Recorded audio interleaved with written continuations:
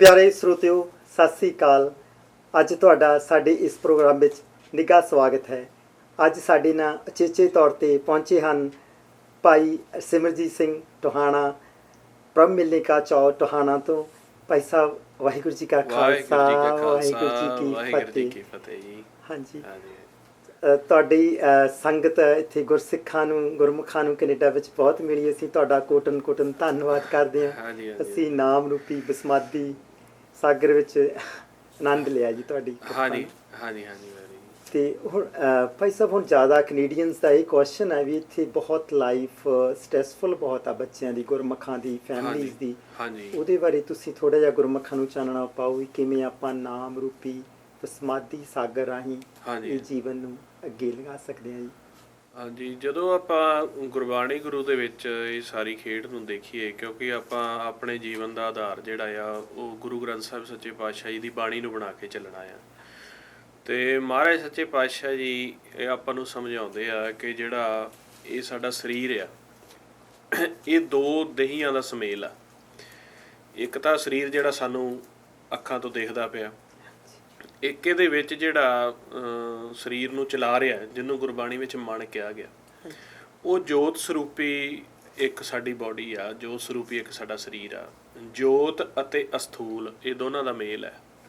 ਇਹ ਹੁਣ ਜਿਹੜਾ ਮਨ, ਜਿਹੜਾ ਜੋਤ ਸਰੂਪੀ ਆ, ਉਹ ਵੱਖਰੀ ਦੇਸ਼ ਦਾ ਰਹਿਣ ਵਾਲਾ। ਜਿਵੇਂ ਇਹ ਦੁਨਿਆਵੀ ਸੰਸਾਰ ਆ, ਜਿਹਨੂੰ ਅਸਥੂਲ ਸੰਸਾਰ ਕਹਿੰਦੇ ਆ, ਜਾਂ ਇਹਨੂੰ ਜੜ ਕਹਿ ਦਿੱਤਾ ਜਾਂਦਾ, ਜਾਂ ਇੱਥੋਂ ਪਦਾਰਥ ਦਾ ਸੰਸਾਰ ਕਹਿ ਦਿੱਤਾ ਜਾਂਦਾ। ਤੇ ਜਿਹੜਾ ਮਨ ਆ, ਉਹ ਮਨ ਜਿਹੜਾ ਆ ਉਹ ਸੂਖਮ ਦੇਸ਼ ਦਾ ਰਹਿਣ ਵਾਲਾ ਆ। ਉਹ ਦੂਜੀ ਕੁਦਰਤ, ਜਿਹਨੂੰ ਪਰਲੋਕ ਕਿਹਾ ਜਾਂਦਾ, ਪ੍ਰਕਾਸ਼ ਮਹਿਲ ਕਿਹਾ ਜਾਂਦਾ, ਸੱਚਖੰਡ ਕਿਹਾ ਜਾਂਦਾ, ਥਿਰਕਰ ਕਿਹਾ ਜਾਂਦਾ। ਗੁਰਬਾਣੀ 'ਚ ਵੱਖਰੇ ਵੱਖਰੇ ਨਾਮ ਨੇ।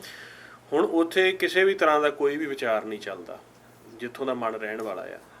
ਹੁਣ ਜਦੋਂ ਮਨ ਇਸ ਦੇਹੀ ਦੇ ਨਾਲ ਮਾਤਾ ਦੇ ਗਰਭ ਦੇ ਵਿੱਚ ਜੋੜ ਦਿੱਤਾ ਜਾਂਦਾ ਹੈ, ਗਰਭ ਦੇ ਵਿੱਚ 9 ਮਹੀਨੇ ਦੇਹੀ ਤਿਆਰ ਹੋਈ, ਉੱਥੋਂ ਜੁੜਿਆ, ਆਸਰਾ ਇੱਥੇ ਬਾਹਰ ਆਇਆ, ਤੇ ਇੱਥੇ ਫਿਰ ਵਿਚਾਰਾਂ ਦੀ ਖੇਡ ਚੱਲਦੀ ਆ ਸ਼ੁਰੂ ਤੋਂ ਹੀ। ਜਦੋਂ ਅਸੀਂ ਮਾਤਾ ਦੇ ਗਰਭ ਤੋਂ ਬਾਹਰ ਆਏ, ਮਾਤਾ ਕੇ ਗਰਭ ਮੈਂ ਪ੍ਰਤਪਾਲ ਕਰੇ ਸੋ ਕਿਉ ਮਨੋ ਵਸਾਰੀਆ, ਮਨੋ ਕੋ ਵਸਾਰੀਆ ਏਵੜ ਦਾਤਾ ਜੀ ਅਗਰ ਮੈਂ ਹਾਰ ਪਹੁੰਚਾਵੇ। ਮਾਤਾ ਦੇ ਗਰਭ ਦੇ ਵਿੱਚ ਅਸੀਂ 9 ਮਹੀਨੇ ਰਹੇ। ਉੱਥੋਂ ਅਸੀਂ ਜਦੋਂ ਬਾਹਰ ਆਏ, ਇੱਥੇ ਆਉਂਦੇ ਸਾਡੇ ਵਿਚਾਰ ਸ਼ੁਰੂ ਹੋ ਜਾਂਦੇ ਆ। ਚਾਹੇ ਉਹ ਇੱਕ ਦਿਨ ਦਾ ਬੱਚਾ ਆ, ਉਹਦੇ ਮਨ ਦੇ ਵਿੱਚ ਵੀ ਵਿਚਾਰ ਆਉਂਦਾ ਵੀ ਉਹ ਜਦੋਂ ਉਹਨੂੰ ਦੁੱਧ ਦੀ ਭੁੱਖ ਲੱਗਦੀ ਆ, ਵਾਰ-ਵਾਰ ਉਹ ਦੁੱਧ ਦੇ ਲਈ ਰੋਂਦਾ ਆ, ਆਪਦੇ ਇਮੋਸ਼ਨਸ ਦਿੰਦਾ ਆ। ਜਾਂ ਫਿਰ ਜਦੋਂ ਉਹਨੇ ਹੌਲੀ-ਹੌਲੀ ਵੱਡਾ ਹੋਣਾ ਆ, ਫਿਰ ਉਹਨੂੰ ਖਿਡੌਣਿਆਂ ਪਾਸੇ ਧਿਆਨ ਹੋਣਾ, ਮਾਂ ਦੀ ਮਮਤਾ ਪਾਸੇ ਧਿਆਨ ਹੋਣਾ, ਖੇਡਣ ਪਾਸੇ ਧਿਆਨ ਹੋਣਾ। ਇਹ ਵਿਚਾਰਾਂ ਦੀ ਖੇਡ ਆ। ਪਰ ਹੁਣ ਜਿਹੜੀ ਆਪਾਂ ਗੱਲ ਪਹਿਲੋਂ ਵਿਚਾਰ ਕਰਦੇ ਸੀ ਵੀ ਜਦੋਂ ਵਿਚਾਰਾਂ ਦੇ ਵਿੱਚ ਜੀਵ ਚੱਲਦਾ ਜਦੋਂ ਗੁਰਬਾਣੀ ਵਿੱਚ 4 ਪਦਾਰਥਾਂ ਦੀ ਗੱਲ ਕੀਤੀ ਗਈ ਹੈ, ਧਰਮ, ਅਰਥ, ਕਾਮ, ਮੋਖ। ਧਰਮ ਤੋਂ ਭਾਵ ਆ ਵੀ ਜਿਹੜਾ ਸਾਡਾ ਸਹਿਚਾਰ, ਸਾਡਾ ਧਰਮ, ਜਤ, ਸਤ, ਸੰਜਮ, ਸਹਿਨਸ਼ੀਲਤਾ, ਜਿਹਦੇ ਵਿੱਚ ਅਸੀਂ ਇੱਕ ਆਪਦੇ ਆਪ ਨੂੰ ਰੋਕ ਕੇ ਰੱਖਦੇ ਹਾਂ, ਕਿਸੇ ਦਾ ਮਾੜਾ ਨਹੀਂ ਕਰਦੇ, ਸੇਵਾ ਭਾਵਨਾ ਦੇ ਵਿੱਚ ਰਹਿੰਦੇ ਹਾਂ। ਅਰਥ ਤੋਂ ਭਾਵ ਆ ਵੀ ਜਿਹੜਾ ਸਾਡਾ ਦੁਨਿਆਵੀ ਜੋ ਪੈਸਾ, ਸਾਡਾ ਪਰਿਵਾਰ, ਸਾਡਾ ਜੋ ਜਿੰਨਾ ਵੀ ਜਿਹਦੇ ਵਿੱਚ ਅਸੀਂ ਕਮਾਉਂਦੇ ਹਾਂ, ਦਿਹਾੜੀ ਕਰਦੇ ਹਾਂ, ਖੇਤੀ ਕਰਦੇ ਹਾਂ, ਇਹ ਅਰਥ ਆ ਗਿਆ। ਤੇ ਕਾਮ ਤੋਂ ਭਾਵ ਹੈ ਵੀ ਸਾਡੇ ਸਰੀਰ ਦੇ ਸੁੱਖ, ਜਿਵੇਂ ਸਾਡੇ ਜੋ ਅਸੀਂ ਸਹੂਲਤਾਂ ਆਪਦੇ ਘਰ ਵਿੱਚ ਬਣਾਉਣੇ ਆ, ਕਾਰਾਂ ਗੱਡੀਆਂ ਬਣਾਉਣੇ ਆ, ਜਾਂ ਭੋਗ ਵਿਲਾਸ ਕਰਦੇ ਆ, ਜਾਂ ਜੋ ਵੀ, ਉਹ ਕਾਮ ਦੇ ਵਿੱਚ ਸਾਰਾ ਆਉਂਦਾ ਹੈ। ਹੁਣ ਧਰਮ, ਅਰਥ ਤੇ ਕਾਮ, ਇਹਨਾਂ ਨਾਲ ਤਾਂ ਬੱਚਾ ਬਚਪਨ ਤੋਂ ਜੁੜ ਗਿਆ, ਕਿਉਂਕਿ ਉਹਨੂੰ ਸਮਝਾਇਆ ਜਾਂਦਾ ਤੂੰ ਕਿਸੇ ਨੂੰ ਮਾੜਾ ਨਹੀਂ ਬੋਲਣਾ, ਤੂੰ ਕਿਸੇ ਦਾ ਸਾਰਿਆਂ ਦੀ ਸੇਵਾ ਕਰਨੀ ਆ, ਚੰਗਾ ਬੁਲਾਉਣਾ, ਫਤਿਹ ਬੁਲਾਉਣੀ ਆ, ਆਪਾਂ ਆਪਦੀ ਸਹਿਜ ਵਿੱਚ ਰਹਿਣਾ। ਫਿਰ ਉਹਨੂੰ ਇਹ ਵੀ ਦੱਸਿਆ ਜਾਂਦਾ ਵੀ ਤੂੰ ਪੈਸਾ ਕਮਾਉਣਾ ਆ, ਤੂੰ ਆਪਦਾ ਜੀਵਨ ਵਧੀਆ ਬਣਾਉਣਾ, ਤੂੰ ਕੱਲ੍ਹ ਨੂੰ ਪਰਿਵਾਰ ਵਸਾਉਣਾ ਆ। ਫਿਰ ਉਹਨੂੰ ਕਾਮ ਵਾਸਤੇ ਉਹਨੂੰ ਸੁੱਖਾਂ ਦਾ ਵੀ ਭੇਤ ਦਿੱਤਾ ਜਾਂਦਾ, ਇਸ ਤਰ੍ਹਾਂ ਦਾ ਤੂੰ ਖਾਣਾ ਖਾਣਾ, ਇਸ ਤਰ੍ਹਾਂ ਦੇ ਵਿੱਚ ਤੂੰ ਜੀਵਨ ਵਿੱਚ ਰਹਿਣਾ, ਸਾਦਾ ਜੀਵਨ ਕਰਨਾ, ਉਹ ਸਾਰਾ ਭੇਤ ਦਿੱਤਾ ਜਾਂਦਾ।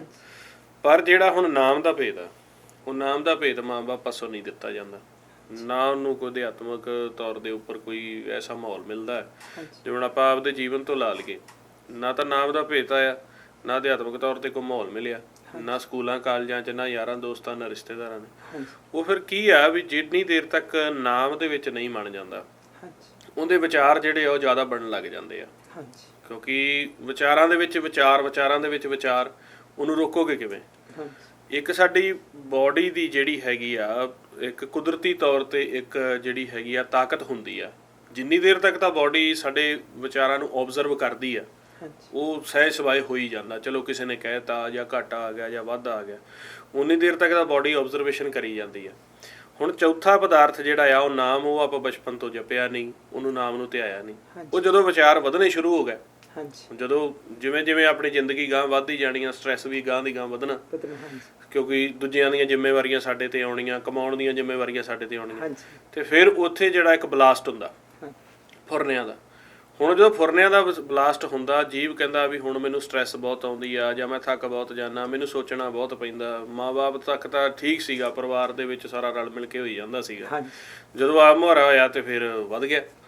ਫਿਰ ਉਹ ਕੀ ਕਰੇਗਾ? ਹੁਣ ਸਟ੍ਰੈਸ ਨੂੰ ਵਿਚਾਰਾਂ ਨੂੰ ਰੋਕੇ ਕਿਵੇਂ? ਉਹ ਫਿਰ ਕੀ ਕਰਦਾ? ਨਸ਼ੇ ਦਾ ਸਹਾਰਾ ਲਏਗਾ, ਜਾਂ ਪਰਤਰੀ ਪਰ ਰੂਪ ਵਿੱਚ ਜਾਏਗਾ, ਜਾਂ ਫਿਰ ਉਹ ਔਗਣਾ ਦਾ ਸਹਾਰਾ ਲਏਗਾ। ਕਿਉਂਕਿ ਉਹ ਜਦੋਂ ਉਹਦਾ ਸਟ੍ਰੈਸ ਵਧੇਗਾ, ਉਹ ਹਰਾਸ ਹੋਊਗਾ, ਉਹਦਾ ਕ੍ਰੋਧ ਵੀ ਵਧੂਗਾ। ਕ੍ਰੋਧ ਕਿਉਂ ਵਧੂਗਾ? ਸਟ੍ਰੈਸ ਵਧਣ ਦੇ ਨਾਲ ਸਰੀਰ 'ਚ ਗਰਮੀ ਵੱਧਦੀ, ਅੱਗ ਵੱਧਦੀ ਆ, ਤੇ ਉਹ ਕਰਦਾ। ਤੇ ਉਹ ਔਗਣਾ ਤੇ ਗੁਣਾਂ ਨੂੰ ਡਿਫਰੈਂਸ਼ੀਏਟ ਕਰਦਾ ਕਰਦਾ ਵੀ ਹੁਣ ਮੈਂ ਆਹ ਕਰਾਂ ਕਿ ਆਹ ਕਰਾਂ, ਆਹ ਕਰਾਂ ਕਿ ਆਹ ਕਰਾਂ। ਤੇ ਜਿਹੜਾ ਜੀਵ ਹੈ, ਭੇਤ ਨਾ ਹੋਣ ਕਰਕੇ ਉਹ ਆਪਦੀ ਜ਼ਿੰਦਗੀ ਗਵਾ ਜਾਂਦਾ। ਚਾਹੇ ਹੁਣ ਕੈਨੇਡਾ ਆ, ਚਾਹੇ ਇੰਡੀਆ ਆ। ਇਹ ਤਾਂ ਗੱਲ ਨਹੀਂ ਵੀ ਕੈਨੇਡਾ ਆ ਕੇ ਸਟ੍ਰੈਸ ਹੋਇਆ, ਸਟ੍ਰੈਸ ਤਾਂ ਇੰਡੀਆ 'ਚ ਹੀ ਹੋਇਆ ਤਾਂ ਕੈਨੇਡਾ ਆਏ। ਤੇ ਹੁਣ ਕੈਨੇਡਾ 'ਚ ਆ ਕੇ ਕਹਾਣੀ ਇਹ ਹੈ ਵੀ ਜਿਹੜਾ ਇੰਡੀਆ ਵਾਲਾ ਸਟ੍ਰੈਸ ਸੀ, ਉਹ ਕੈਨੇਡਾ 'ਚ ਆ ਕੇ ਉਵੇਂ ਦਾ ਉਵੇਂ ਬਰਕਰਾਰ ਆ। ਉੱਥੇ ਸਾਨੂੰ ਸ਼ਾਇਦ ਲੱਗਦਾ ਭੁਲੇਖਾ ਸੀਗਾ ਵੀ ਇੱਥੇ ਆ ਕੇ ਪਤਾ ਨਹੀਂ ਅਸੀਂ ਠੀਕ ਹੋ ਜਾਾਂਗੇ, ਤੇ ਇੱਥੇ ਆ ਕੇ ਤਾਂ ਦੁੱਗਣੇ ਹੋਰ ਹੋ ਗਏ। ਤੇ ਹੁਣ ਕਹਿੰਦੇ ਨੇ ਹੁਣ ਕੈਨੇਡਾ ਤੋਂ ਗਾਂਹ ਤਾਂ ਧਰਤੀ ਮੁੱਕ ਗਈ। ਠੀਕ ਹੈ ਕਿ ਨਹੀਂ? ਅਮਰੀਕਾ ਜਾਓ, ਕੈਨੇਡਾ ਜਾਓ, ਇਸ ਤੋਂ ਗਾਂਹ ਹੁਣ ਕੀ ਕਰੋਗੇ? ਵਿਚਾਰ ਤਾਂ ਉਵੇਂ ਹੀ ਚੱਲਦੇ ਪਏ ਨੇ। ਇੰਡੀਆ ਵੀ ਚੱਲਦੇ ਸੀ, ਇੱਥੇ ਵੀ ਚੱਲਦੇ ਸੀ। ਭਾਈ ਸਾਹਿਬ, ਇਹੀ ਕਾਰਨ ਹੋ ਜਾਂਦਾ ਵੀ ਫੈਮਲੀਆਂ ਟੁੱਟ ਰਹੀਆਂ ਨੇ, ਉਹਦੇ ਰਿਸ਼ਤੇ ਬਹੁਤ ਟੁੱਟ ਰਹੇ ਨੇ। ਬਿਲਕੁਲ ਜੀ। ਜਦੋਂ ਇਹ ਹਰ ਇੱਕ ਦਾ ਜੀਵਨ ਵਿਚਾਰਾਂ ਦੇ ਉੱਪਰ ਰੁਕਿਆ ਹੋਇਆ, ਵਿਚਾਰਾਂ ਦੇ ਉੱਪਰ ਆ ਜੀਵਨ ਹਰ ਇੱਕ ਦਾ। ਤੇ ਵਿਚਾਰ ਜਿੰਨੀ ਦੇਰ ਤੱਕ ਲਿਮਿਟ ਦੇ ਵਿੱਚ ਚੱਲਦੇ ਆ, ਜਿਵੇਂ ਸਾਡਾ ਪੁਰਾਣਾ ਸਿਵਲਾਈਜੇਸ਼ਨ ਸੀ ਸਾਡੀ, ਵੀ ਅਸੀਂ ਪਰਿਵਾਰਾਂ ਦੇ ਵਿੱਚ ਇਕੱਠੇ ਰਹਿੰਦੇ ਸੀ। ਪਰ ਉਹ ਇਕੱਠ ਕਿਉਂ ਹੁੰਦਾ ਸੀ? ਵੀ ਸਾਰੇ ਪਰਿਵਾਰ ਦੇ ਉੱਪਰ ਇੱਕ ਮੁਖੀ ਹੁੰਦਾ ਸੀ, ਚਾਹੇ ਸਾਡਾ ਦਾਦਾ ਸੀ, ਚਾਹੇ ਪੜਦਾਦਾ ਸੀ, ਉਹਦਾ ਡਰ ਹੁੰਦਾ ਸੀ, ਉਹ ਸਾਨੂੰ ਮੈਨੇਜ ਕਰਦਾ ਸੀਗਾ। ਤੇ ਫਿਰ ਜਿਹੜੇ ਇੱਕ ਦੂਜੇ ਦੇ ਨਾਲ ਵਿਚਾਰ, ਜੇ ਸਾਡਾ ਅਗਰੈਸਿਵ ਮੋਡ ਹੁੰਦਾ ਤਾਂ ਵੀ ਅਸੀਂ ਕਿਸੇ ਚਾਚੇ ਨਾਲ, ਭਰਾ ਨਾਲ, ਕਿਸੇ ਨਾਲ ਲੜ ਲੈਂਦੇ, ਥੋੜ੍ਹੇ ਦਿਨ ਬਾਅਦ ਉਹ ਫਿਰ ਉਹਦੇ ਨਾਲ ਉਹੋ ਜਿਹੇ ਹੋ ਜਾਂਦੇ। ਜੇ ਕਾਮ ਹੁੰਦਾ ਤੇ ਸਾਡਾ ਜਿਹੜੀ ਫੈਮਿਲੀ ਦੇ ਵਿੱਚ ਸਾਡਾ ਵਿਆਹ ਸ਼ਾਦੀ ਹੋਈ ਆ, ਜੇ ਮੋਹ ਹੁੰਦਾ ਤੇ ਸਾਡੇ ਭੈਣ ਭਰਾ ਹੁੰਦੇ, ਉਹ ਸਾਰਾ ਵਿੱਚ ਹੀ ਵਿੱਚ ਮੈਨੇਜ ਹੋਈ ਜਾਂਦਾ ਸੀ। ਹੁਣ ਜੀਵ ਉਸ ਜੁਆਇੰਟ ਫੈਮਿਲੀ ਚੋਂ ਬਾਹਰ ਆ ਗਿਆ। ਹੁਣ ਜਦੋਂ ਕ੍ਰੋਧ ਆਉਂਦਾ, ਲੜੇ ਕਿਹਦੇ ਨਾਲ? ਕਾਮ ਆਉਂਦਾ, ਕਰੇ ਕੀ? ਮੋਹ ਆਉਂਦਾ, ਕਰੇ ਕੀ? ਇਸ ਕਰਕੇ ਜਿਹੜਾ ਅੱਗ ਵਧਣ ਕਰਕੇ ਵਿਚਾਰ ਵੱਧ ਗਏ, ਵਿਚਾਰਾਂ ਨਾਲ ਅੱਗ ਵੱਧ ਗਈ, ਅੱਗ ਵਧਣ ਨਾਲ ਸਰੀਰ ਜਿਹੜਾ ਆ ਉਹ ਛਿਜਦਾ ਆ। ਨਸ਼ਾ ਵੀ ਕਿੰਨੀ ਦੇਰ ਤੱਕ ਆਨੰਦ ਦਊਗਾ? ਪਹਿਲੋਂ ਸ਼ਾਮ ਨੂੰ ਪੀਂਦਾ, ਫਿਰ ਸਵੇਰੇ ਪੀਂਦਾ, ਫਿਰ ਸਾਰੀ ਦਿਹਾੜੀ ਪੀਤੀ ਜਾਂਦਾ। ਕੀ ਕਰੂਗਾ? ਨਸ਼ੇ ਨੇ ਵੀ ਸਰੀਰ ਦੇ ਸਿਰ ਤੇ ਉੱਠਣਾ। ਤੇ ਜਦੋਂ ਸਰੀਰ 'ਚ ਕੁਝ ਹੈ ਨਹੀਂਗਾ ਤੇ ਨਸ਼ਾ ਕੀ ਕਰੂਗਾ? ਵੱਧ ਤੋਂ ਵੱਧ ਨਸ਼ਾ ਕਰੂਗਾ। ਤੇ ਇਸ ਕਰਕੇ ਫੈਮਿਲੀ ਡਿਸਟਰੈਕਸ਼ਨਸ ਆਈ ਜਾਂਦੀਆਂ। ਪੈਸਾ ਵੀ ਕਮਾ ਵੀ ਲਿਆ, ਕਮਾਉਣ ਤੋਂ ਬਾਵਜੂਦ ਵੀ ਮਨ ਉਵੇਂ ਹੀ ਖੜਾ ਆ ਵੀ ਪਤਾ ਨਹੀਂ ਕੋਈ ਕੀਤਾ ਹੀ ਨਹੀਂਗਾ। ਸਾਰਾ ਕੁਝ ਦੇਖ ਵੀ ਲਿਆ, ਦੁਨੀਆ ਵੀ ਦੇਖ ਲਈ, ਜਹਾਜ਼ਾਂ ਤੇ ਵੀ ਚੜ੍ਹ ਲਏ, ਸਾਰਾ ਕੁਝ ਹੋ ਗਿਆ। ਉਹਦੇ ਤੋਂ ਬਾਅਦ ਵੀ ਮਨ ਕਹੀ ਜਾਂਦਾ ਵੀ ਹੁਣ ਕਰੀਏ ਤੇ ਕਰੀਏ ਕੀ? ਠੀਕ ਹੈ ਕਿ ਨਹੀਂ? ਪਹਿਲਾਂ ਤਾਂ ਸ਼ਾਇਦ ਚਾਅ ਸੀ ਵੀ ਪਤਾ ਨਹੀਂ ਜਹਾਜ਼ ਤੇ ਚੜ੍ਹ ਕੇ ਸਾਨੂੰ ਕੀ ਦਿਖ ਜਾਣਾ, ਕੈਨੇਡਾ ਜਾ ਕੇ, ਅਮਰੀਕਾ ਜਾ ਕੇ ਸਾਨੂੰ ਕੀ ਮਿਲ ਜਾਣਾ, ਚੰਗੇ ਕੱਪੜੇ ਪਾ ਕੇ ਸਾਨੂੰ ਕੀ ਮਿਲ ਜਾਣਾ, ਚੰਗੀਆਂ ਗੱਡੀਆਂ, ਉਹ ਵੀ ਕਰ ਲਿਆ। ਮਨ ਉੱਥੇ ਹੀ ਖੜਾ। ਤੇ ਇਸ ਕਰਕੇ ਮਹਾਰਾਜ ਕਹਿੰਦੇ ਕਿ ਕਰਮੀ ਸਹਿਜ ਨਾ ਉਪਜੇ, ਵਿਣ ਸਹਿਜੇ ਸਹਿਸਾ ਨਾ ਜਾਏ। ਕਰਮ ਦਾ ਜਿੰਨਾ ਮਰਜ਼ੀ ਕਰੀ ਜਾਓ। ਮਹਾਰਾਜ ਕੀ ਕਹਿੰਦੇ? ਕਰਮ ਤੋਂ ਸਹਿਜ ਕਦੇ ਨਹੀਂ ਪ੍ਰਗਟ ਹੁੰਦੀ। ਕਰਮੀ ਸਹਿਜ ਨਾ ਉਪਜੈ, ਵਿਣ ਸਹਿਜੇ ਸਹਿਸਾ ਨਾ ਜਾਏ, ਨਹਿ ਜਾਏ ਸਹਿਸਾ ਕਿਤੇ ਸੰਜਮ ਰਹੇ ਕਰਮ ਕਮਾਏ। ਜਿਹੇ ਜਿਹਾ ਮਰਜ਼ੀ ਕਰਮ ਕਰ ਲਾ, ਅਮੀਰੀਅਤ ਤੋਂ ਅਮੀਰੀਅਤ ਵਾਲਾ, ਗਰੀਬੀ ਤੋਂ ਗਰੀਬੀ ਵਾਲਾ, ਜੋ ਮਰਜ਼ੀ ਕਰ ਲਾ, ਨਹਿ ਜਾਏ ਸਹਿਸਾ ਕਿਤੇ ਸੰਜਮ। ਜਿਹੜੇ ਤੇਰੇ ਮਨ ਦੇ ਵਿੱਚ ਕਹਿੰਦੇ ਕਰਮ ਦੇ ਨਾਲ ਜਿਹੜਾ ਆ ਸਹਿਜ ਨਹੀਂ ਪ੍ਰਗਟ ਹੁੰਦੀ, ਸਹਿਜ ਖਤਮ ਹੋ ਜਾਵੇ ਤੇ ਡਿਪਰੈਸ਼ਨ ਹੋ ਜਾਂਦਾ। ਗੁਰਬਾਣੀ ਕਹਿ ਰਹੀ ਆ ਕਰਮੀ ਸਹਿਜ ਨਾ ਉਪਜੇ, ਵਿਣ ਸਹਿਜੇ ਸਹਿਸਾ, ਸਹਿਸਾ ਹੋ ਗਿਆ ਸੰਸਾ, ਸੰਸਾ ਮਤਲਬ ਸਟ੍ਰੈਸ। ਵਿਣ ਸਹਿਜੇ ਸਹਿਸਾ ਨਾ ਜਾਏ, ਨਾ ਜਾਏ ਸਹਿਸਾ ਕਿਤੇ ਸੰਜਮ। ਸਟ੍ਰੈਸ ਕਿਸੇ ਵੀ ਸੰਜਮ ਨਾਲ ਖਤਮ ਨਹੀਂ ਹੁੰਦੀ ਜੇ ਤੁਸੀਂ ਕਰਮ ਚ ਕਰਮ ਚ ਕਰਮ ਚ ਕਰਮ ਕਰੀ ਜਾਂਦੇ ਹੋ। ਰਹੇ ਕਰਮ ਕਮਾਏ। ਫਿਰ ਕਹਿੰਦੇ ਸਹਿਸੇ ਜੀਓ ਮਲੀਨ ਹੈ। ਫਿਰ ਸਟ੍ਰੈਸ ਦੇ ਨਾਲ ਮਲੀਨ ਇੰਨਾ ਹੋ ਜਾਂਦਾ, ਉਹਨੂੰ ਡਿਪਰੈਸ਼ਨ ਹੋ ਗਿਆ ਆਪਣੀ ਅੱਜ ਦੀ ਭਾਸ਼ਾ ਨਾਲ। ਸਹਿਸੇ ਜੀਓ ਮਲੀਨ ਹੈ, ਕਿਤ ਸੰਜਮ ਧੋਤਾ ਜਾਏ। ਫਿਰ ਹੁਣ ਕਹਿੰਦੇ ਰੋਕੀਏ ਕਿਵੇਂ? ਫਿਰ ਉਹਦਾ ਇਲਾਜ ਦੱਸਿਆ, ਮਨ ਧੋਵੋ ਸ਼ਬਦ ਲਾਗੋ ਹਰਿ ਸਿਉ ਰਹੁ ਚਿਤ ਲਾਏ। ਤੁਹਾਨੂੰ ਨਾਮ ਵਾਲੇ ਦਾਇਰੇ ਪਾਸੇ ਆਉਣਾ ਪੈਣਾ। ਜਿੰਨੀ ਮਰਜ਼ੀ ਤੁਸੀਂ ਰਾਇਲਟੀ ਵਿੱਚ ਚਲੇ ਜਾਓ, ਜਿੰਨਾ ਮਰਜ਼ੀ ਤੁਸੀਂ ਤੁਹਾਡੀ ਪ੍ਰੋਫੈਸ਼ਨਲ ਲਾਈਫ ਨੂੰ ਹਾਈ ਕਰ ਲਓ, ਜਿਹੜਾ ਨਾਮ ਜਪਣਾ ਆ, ਸਾਡੇ ਮਨ 'ਚ ਇੱਕ ਬਿਠਾ ਦਿੱਤਾ ਗਿਆ ਵੀ ਪਤਾ ਨਹੀਂ ਅੰਮ੍ਰਿਤ ਛਕੇ ਜਪ ਸਕਦੇ ਆ, ਚੋਲਾ ਪਾ ਕੇ ਨਾਮ ਜਪ ਸਕਦਾ। ਨਾਮ ਜਪਣ ਦਾ ਹੱਕ ਹਰ ਇੱਕ ਜੀਵ ਨੂੰ ਆ, ਚਾਹੇ ਉਹ ਹਿੰਦੂ, ਮੁਸਲਿਮ, ਸਿੱਖ, ਈਸਾਈ ਆ, ਚਾਹੇ ਉਹ ਮੋਨਾ, ਚਾਹੇ ਉਹ ਕੇਸਾ ਧਾਰੀ ਆ, ਚਾਹੇ ਉਹ ਕਿਸੇ ਵੀ ਕਮਿਊਨਿਟੀ ਤੋਂ। ਨਾਮ ਜਪਣਾ ਤਾਂ ਇੱਕ ਹਰੇਕ ਮਨੁੱਖੀ ਅਧਿਕਾਰ ਆ। ਇਹਦਾ ਧਰਮ ਜਾਤ ਨਾਲ ਕੀ ਸੰਬੰਧ ਆ? ਨਾਮ ਤਾਂ ਜਪਣਾ ਪੈਣਾ, ਕਿਉਂਕਿ ਰੱਬ ਨੇ ਬਣਾਇਆ, ਰੱਬ ਨਾਲ ਕੰਟੈਕਟ ਸੇ ਨਾਮ ਤੋਂ ਬਿਨਾ ਹੋ ਨਹੀਂ ਸਕਦਾ। ਵੈਸੇ ਇਹਦੀ ਫਿਰ ਵਿਧੀ ਕੀ ਹੈ, ਜਿਵੇਂ ਆਪਾਂ ਇੱਕ ਸ਼ਬਦ ਤੇ ਸੁਰਤ ਦਾ ਸੁਮੇਲ? ਹਾਂਜੀ, ਇਹੀ ਵਿਧੀ ਤਾਂ ਇਹੀ ਆ ਵੀ ਸਭ ਤੋਂ ਵੱਡੀ ਰੁਕਾਵਟ ਆ ਜਿਹੜੀ ਆਪਾਂ ਗੱਲ ਕੀਤੀ ਵਿਚਾਰਾਂ ਤੋਂ। ਵਿਚਾਰਾਂ ਤੋਂ ਰਹਿਤ ਹੋ ਕੇ ਨਾਮ ਜਪਣਾ, ਫਿਰ ਨਾਮ ਨੇ ਅਸਰ ਕਰਨਾ। ਇਹ ਨਹੀਂ ਵੀ ਤਾਂ ਤੁਹਾਨੂੰ ਵਿਚਾਰ ਵੀ ਆ ਰਹੇ ਆ ਵਿੱਚੇ ਤੁਸੀਂ ਨਾਮ ਵੀ ਜਪੀ ਜਾ ਰਹੇ ਹੋ, ਵਿੱਚੇ ਤੁਸੀਂ ਆਪਦਾ ਫਿਰ ਉਹਦਾ ਜਪਿਆ ਨਾ ਜਪਿਆ। ਜਾਂ ਕਈ ਵਾਰੀ ਹੁਣ ਆਪਾਂ ਬੱਧਾ ਚੱਟੀ ਕਰਨ ਲੱਗ ਜਾਂਦੇ ਹਾਂ ਵੀ ਮੈਂ 35 ਮਿੰਟ ਜਪਣਾ, ਮੈਂ 10 ਮਾਲਾ ਜਪਣੀਆਂ, ਉਹਦਾ ਵੀ ਕੋਈ ਫਾਇਦਾ ਨਹੀਂ। ਉਹ ਤਾਂ ਤੁਹਾਨੂੰ ਜੇ 35 ਮਿੰਟ ਜਪ ਲਿਆ, ਮੁੜ ਕੇ 23 ਘੰਟੇ ਵਿਚਾਰਾਂ ਦਾ ਲੋਡ ਆ। ਜੇ 10 ਮਾਲਾ ਜਪ ਲਈਆਂ ਤੇ 10 ਮਾਲਾ ਤਾਂ ਪਤਾ ਨਹੀਂ ਉਹ ਜਪ ਕੇ ਘਰੋਂ ਬਾਹਰ ਨਿਕਲੇ ਕੋਈ ਇਹੋ ਜਿਹੀ ਗੱਲ ਸੁਣ ਲਈ ਤੇ ਉਹ ਮਾਲਾ ਜਪੀਆਂ ਭੁੱਲ ਗਈਆਂ। ਨਾਮ ਜਪਣ ਦਾ ਤਰੀਕਾ ਆ ਉਠਤ ਬੈਠਤ ਸੋਵਤ ਨਾਮ ਕਹੋ ਨਾਨਕ ਜਨ ਕੇ ਸਦਕਾ। ਇਹਨੂੰ ਪ੍ਰੋਫੈਸ਼ਨਲ ਜਿਵੇਂ ਆਪਾਂ ਇੱਕ ਲਾਈਫ ਨੂੰ ਕ੍ਰੀਏਟ ਕਰਦੇ ਆ ਨਾ, ਜਿਵੇਂ ਫੋਨ ਨੂੰ ਆਪਾਂ ਹਰ ਟਾਈਮ ਆਪਦੇ ਨਾਲ ਰੱਖਦੇ ਆ, ਪਤਾ ਨਹੀਂ ਸਾਨੂੰ ਬਾਥਰੂਮ ਜਾਂਦਿਆਂ ਵੀ ਨਾਲ, ਖਾਣਾ ਖਾਂਦਿਆਂ ਵੀ ਨਾਲ, ਵੀ ਕਿੱਥੇ ਕੋਈ ਜ਼ਰੂਰਤ ਪੈ ਜਾਏ। ਹਾਂਜੀ, ਫਿਰ ਉਹਨੂੰ ਦੇਖ ਕੇ ਥੋੜਾ ਚੈੱਕ ਕਰਕੇ ਅਸੀਂ ਆਪਦਾ ਸਟ੍ਰੈਸ ਦੂਰ ਕਰਨ ਦੀ ਕੋਸ਼ਿਸ਼ ਕਰਨਾ। ਇਸ ਤਰ੍ਹਾਂ ਨਾਮ ਆ, ਜੇ ਤੁਸੀਂ ਤੁਰੇ ਜਾਂਦੇ ਹੋ, ਬੈਠੇ ਹੋ, ਕਿਤੇ ਫ੍ਰੀ ਹੋ ਕੇ ਬੈਠੇ ਹੋ, ਜੇ ਕਿਤੇ ਗੱਲਾਂ ਬਾਤਾਂ ਕਰ ਰਹੇ ਹੋ, ਕੰਮ ਕਰ ਰਹੇ ਹੋ, ਤਾਂ ਤੁਸੀਂ ਨਾਲ ਆਪਦਾ ਕੰਮ ਕਰੀ ਜਾਓ, ਨਾਲ ਸਿਮਰਨ ਕਰੀ ਜਾਓ। ਤੇ ਜੇ ਬੈਠੇ ਹੋ ਤੇ ਇੱਕ ਚਿੱਤ ਹੋ ਕੇ। ਉਹ ਜਪਣ ਦੀ ਵਿਧੀ ਆ ਸਵਾਸ ਤੇ ਗਰਾਸ। ਹਾਂਜੀ, ਉਹਦੇ ਵਿੱਚ ਫਿਰ ਸਵਾਸ ਗਰਾਸ ਤੋਂ ਭਾਵ ਆ ਵੀ ਇੱਕ ਸਾਹ ਅੰਦਰ ਜਾਂਦਾ, ਇੱਕ ਬਾਹਰ ਆਉਂਦਾ। ਤੇ ਮੁੱਖੋਂ ਬੋਲ ਕੇ, ਜਦੋਂ ਆਪਾਂ ਬੈਠ ਕੇ ਜਪਣਾ, ਮੁੱਖੋਂ ਬੋਲ ਕੇ, ਅੱਖਾਂ ਬੰਦ ਕਰਕੇ ਔਰ ਬੋਲ ਕੇ ਜਾਪ ਕਰਨਾ ਤੇ ਆਪ ਦੀ ਆਵਾਜ਼ ਨੂੰ ਆਪ ਸੁਣਨਾ। ਧੁਨ ਮੇ ਧਿਆਨ ਮੇ ਜਾਣਿਆ ਗੁਰਮੁਖ ਕਥ ਕਹਾਣੀ, ਇਹ ਵਿਧੀ ਹੈ ਜੀ। ਹਾਂਜੀ, ਇਸ ਤੋਂ ਉੱਪਰ ਜਦੋਂ ਆਪਾਂ ਨੂੰ ਇਹਦਾ ਗਿਆਨ ਹੋ ਜਾਂਦਾ ਜੀ, ਇਹਦੇ ਫਿਰ ਸਾਸ ਗਰਾਸ ਸਿਮਰਨ ਆਪਾਂ ਕਿਵੇਂ ਕਰ ਸਕਦੇ ਹਾਂ ਜੀ? ਹਾਂਜੀ, ਨਹੀਂ, ਸਵਾਸ ਗਰਾਸ ਸ਼ੁਰੂਆਤ ਦੇ ਵਿੱਚ ਆ। ਪਹਿਲੀ ਪੌੜੀ ਸਵਾਸ ਗਰਾਸ ਸਿਮਰਨ ਆ, ਬੋਲ ਕੇ। ਤੇ ਕਿਉਂਕਿ ਸਿਮਰਨ ਕੀਤੇ ਬਿਨਾਂ ਬਾਣੀ ਵੀ ਨਹੀਂ ਸਮਝ ਆਉਂਦੀ, ਕਿਉਂਕਿ ਜੀਵ ਦਾ ਮਨ ਵਿਚਾਰਾਂ ਵਿੱਚ ਹੁੰਦਾ। ਵਿਚਾਰਾਂ ਦੇ ਵਿੱਚ ਉਹ ਬਾਣੀ ਨੂੰ ਜੇਕਰ ਪੜ੍ਹੇਗਾ ਉਹਨੂੰ ਸਮਝ ਨਹੀਂ ਆਉਣੀ। ਸਿਮਰਨ ਕਰਕੇ ਮਨ ਜਦੋਂ ਸਹਿਜ ਵਿਚਾਰਾਂ ਤੋਂ ਰਹਿਤ ਹੋਏਗਾ, ਇੱਕ ਆਨੰਦ ਬਣਿਆ, ਇੱਕ ਭਾਵ ਬਣਿਆ, ਫਿਰ ਬਾਣੀ ਪੜਾਂਗੇ ਤੇ ਫਿਰ ਬਾਣੀ ਵੀ ਸਮਝ ਆਉਂਦੀ ਹੈ। ਸਿਮਰਨ ਕੀਤੇ ਤੋਂ ਬਿਨਾਂ ਕਰਮ ਦੀ ਸਮਝ ਵੀ ਨਹੀਂ ਆਉਂਦੀ। ਕਿਉਂਕਿ ਤੁਸੀਂ ਦੇਖਦੇ ਆ ਅੱਜ ਨੌਜਵਾਨ ਬੱਚੇ ਇੱਥੇ ਆਏ ਹੋਏ ਆ, ਜਿਵੇਂ ਇੱਕ ਮੈਚਿਓਰਿਟੀ ਲੈਵਲ ਬਿਲਕੁਲ ਜ਼ੀਰੋ ਉਹਨਾਂ ਦਾ। ਕੋਈ 12ਵੀਂ ਕਰਕੇ ਇੱਥੇ ਆ ਗਿਆ, ਸਕੂਲ ਤੋਂ ਬਾਅਦ ਆ ਗਿਆ, ਕੋਈ ਕਿਸੇ ਨੇ ਕਾਲਜ ਲਾਈਫ ਸ਼ੁਰੂ ਨਹੀਂ ਕੀਤੀ, ਜਾਂ ਕੋਈ ਇੱਥੇ ਛੋਟੀ ਉਮਰੇ ਆ ਗਿਆ। ਹੁਣ ਉਹ ਮੈਚਿਓਰਿਟੀ ਲੈਵਲ ਗੇਨ ਨਾ ਹੋਣ ਕਰਕੇ ਤੇ ਉਹ ਜਿਵੇਂ ਜੋ ਵੇਖਦੇ ਆ ਉਹੀ ਦਿਲ ਕਰਦਾ ਵੀ ਆਹ ਵੀ ਲੈ ਲਈਏ, ਆਹ ਵੀ ਖਾ ਲਈਏ, ਆਹ ਵੀ ਪੀ ਲਈਏ। ਤੇ ਠੀਕ ਹੈ ਨਾ, ਉਹ ਕੀ ਆ, ਮਨ ਦੀ ਬ੍ਰੇਕ ਨਹੀਂ ਹੈ। ਮਾਈਂਡ ਲੈਵਲ ਨੂੰ ਇੱਕ ਬ੍ਰੇਕ ਚਾਹੀਦੀ ਆ। ਇਹ ਨਹੀਂ ਕਿ ਜੇ ਤੁਹਾਡੇ ਕੋਲ ਸਭ ਕੁਝ ਆ ਤੁਸੀਂ ਸਭ ਕੁਝ ਕਰ ਲਓਗੇ। ਜੇ ਸਭ ਕੁਝ ਵੀ ਹੈਗਾ ਫਿਰ ਵੀ ਇੱਕ ਮਨੁੱਖ ਦੀ ਬਾਊਂਡੇਸ਼ਨ ਬਣੀ ਹੁੰਦੀ ਆ, ਬਾਊਂਡੇਸ਼ਨ ਦੇ ਵਿੱਚ ਰਹਿ ਕੇ ਸਭ ਕੁਝ ਕਰਨਾ ਪੈਂਦਾ। ਹੁਣ ਨਾਮ ਅਭਿਆਸ ਕਰਦੇ ਆ, ਉਹ ਮਨ ਨੂੰ ਸਹਿਜ ਵਿੱਚ ਲੈ ਕੇ ਜਾਂਦਾ। ਉਹ ਵਿਚਾਰਾਂ ਵਿੱਚ ਤੇ ਮਨ ਦੇ ਵਿੱਚ ਇੱਕ ਬਾਊਂਡੇਸ਼ਨ ਕ੍ਰੀਏਟ ਹੁੰਦੀ ਆ, ਜਿਹਦੇ ਨਾਲ ਫਿਰ ਸਾਨੂੰ ਕਰਮ ਦਾ ਵੀ ਪਤਾ ਲੱਗਦਾ ਕਿ ਕਰਮ ਕਿਵੇਂ ਕਰਨਾ, ਸਾਨੂੰ ਧਰਮ ਦਾ ਵੀ ਪਤਾ ਲੱਗਦਾ ਧਰਮ ਕਿਵੇਂ ਕਰਨਾ, ਸਾਨੂੰ ਸਹਿਜ ਦਾ ਵੀ ਪਤਾ ਲੱਗਦਾ ਵੀ ਇਹ ਸਾਰਾ ਸਵਾਸ ਗਰਾਸ ਸਿਮਰਨ ਪਹਿਲੀ ਸਟੇਜ ਤੇ ਆਪਾਂ ਨੂੰ ਜਪ ਕੇ ਖੇਡ ਬਣਦੀ ਹੈ। ਬਸ ਇੱਕ ਆਲਵੇਜ਼ ਮੈਨੂੰ ਕਈ ਵਾਰ ਗੁਰਸਿੱਖ ਕਹਿ ਦਿੰਦੇ ਆ ਵੀ ਅਸੀਂ ਇਕੱਲੇ ਆ, ਜਿਵੇਂ ਉਹ ਸਟ੍ਰੈਸ ਦੀ ਅਵਸਥਾ 'ਚ ਇੱਕ ਵਾਰੀ ਕਈ ਵਾਰ ਤੁਹਾਡੀਆਂ ਉਹ ਆਪਾਂ ਵੀਡੀਓ ਵਿੱਚ ਸੁਣਿਆ ਹੁੰਦਾ ਵੀ ਆਪਣੇ ਸਰੀਰ ਵਿੱਚ ਕਾਫੀ ਸੂਖਸ਼ਮ ਚੀਜ਼ਾਂ ਵੱਸ ਰਹੀਆਂ ਨੇ, ਚਿੱਤਰ ਗੁਪਤ, ਧਰਮਰਾਜ। ਇਹਦੇ ਬਾਰੇ ਵੀ ਸਾਡੇ ਜਿਹੜੀ ਯੰਗ ਜਨਰੇਸ਼ਨ ਆ ਉਹਨਾਂ ਨੂੰ ਚਾਨਣਾ ਪਾਓ ਵੀ ਇਹ ਸਰੀਰ ਤੁਹਾਡਾ ਇਕੱਲਾ ਨਹੀਂ, ਇਹਦੇ ਨਾਲ ਬਹੁਤ ਆਪਣੇ ਨਾਲ ਵਿਚਰ ਰਹੇ ਨੇ। ਇਹ ਜਿਹੜੀ ਆਪਾਂ ਪਹਿਲੋਂ ਗੱਲ ਸ਼ੁਰੂ ਕੀਤੀ ਨਾ ਗੁਰਮੁਖੋ, ਅਸਥੂਲ ਤੇ ਸੂਖਮ, ਭਾਵ ਕਿ ਜਿਹੜੀ ਇੱਕ ਅੱਖਾਂ ਨਾਲ ਦਿਖ ਰਿਹਾ, ਇੱਕ ਅੱਖਾਂ ਨਾਲ ਨਹੀਂ ਦਿਖ ਰਿਹਾ, ਜਿਹਨੂੰ ਲੋਕ ਤੇ ਪਰਲੋਕ ਕਿਹਾ, ਜਿਹਨੂੰ ਜੋਤ ਤੇ ਜੜ ਕਿਹਾ। ਹਾਂਜੀ, ਇਸੇ ਤਰ੍ਹਾਂ ਜਿਹੜਾ ਦੁਨਿਆਵੀ ਸਰੀਰ ਆ, ਇਹਦੇ ਵਿੱਚ ਤਾਂ ਇੱਕ ਨਿਊਰੋ ਸਿਸਟਮ ਆ, ਸਾਡਾ ਬਲੱਡ ਸਿਸਟਮ ਆ, ਮਸਲ ਸਿਸਟਮ ਆ, ਇਹਦੇ ਵਿੱਚ ਇਹੋ ਜਿਹਾ ਕੁਛ ਨਹੀਂ ਆ, ਨਾ ਇਹਦੇ 'ਚ ਮਨ ਆ ਨਾ ਕੋਈ ਖੇਡ ਆ। ਇਹ ਤਾਂ ਇੱਕ ਦੁਨਿਆਵੀ ਸਰੀਰ ਆ।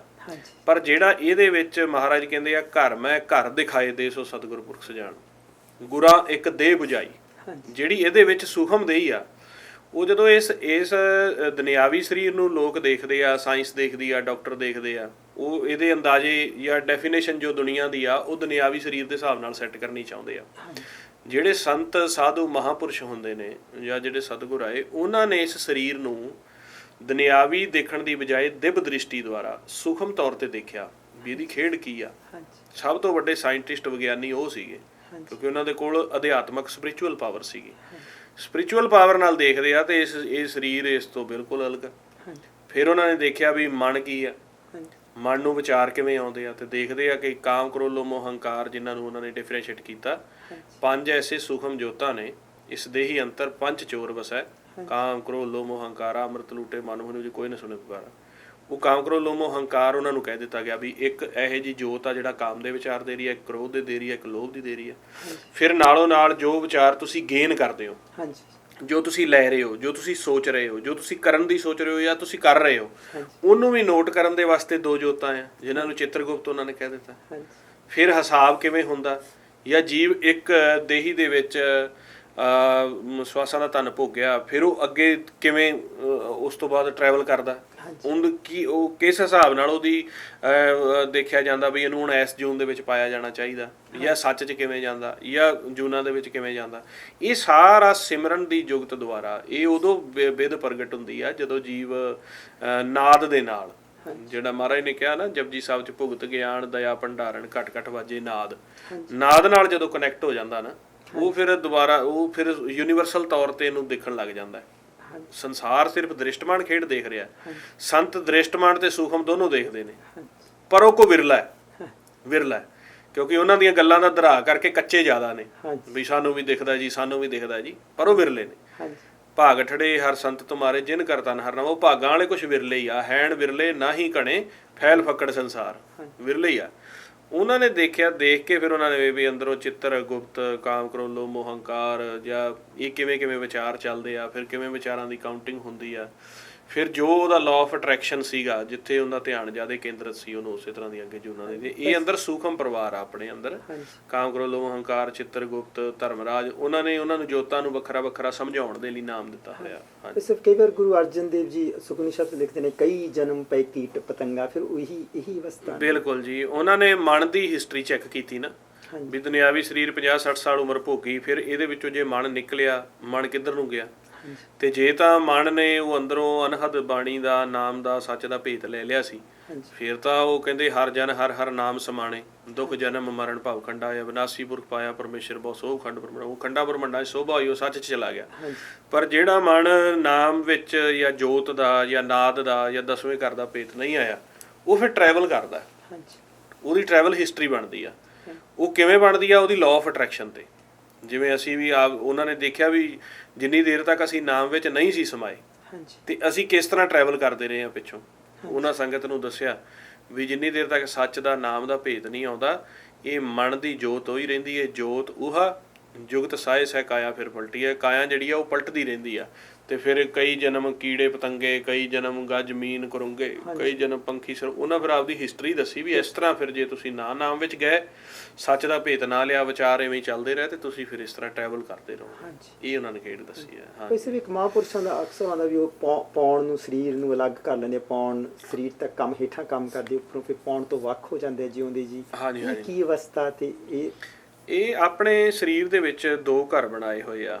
ਇੱਕ ਤਾਂ ਜਿਹੜਾ ਪੌਣ ਦਾ ਘਰ ਹੈਗਾ, ਸਰੀਰ ਨੂੰ ਦੋ ਪੋਰਸ਼ਨ 'ਚ ਵੰਡ ਦਿੱਤਾ, ਇੱਕ 10ਵਾਂ ਘਰ, ਇੱਕ 9 ਦਰਵਾਜ਼ੇ।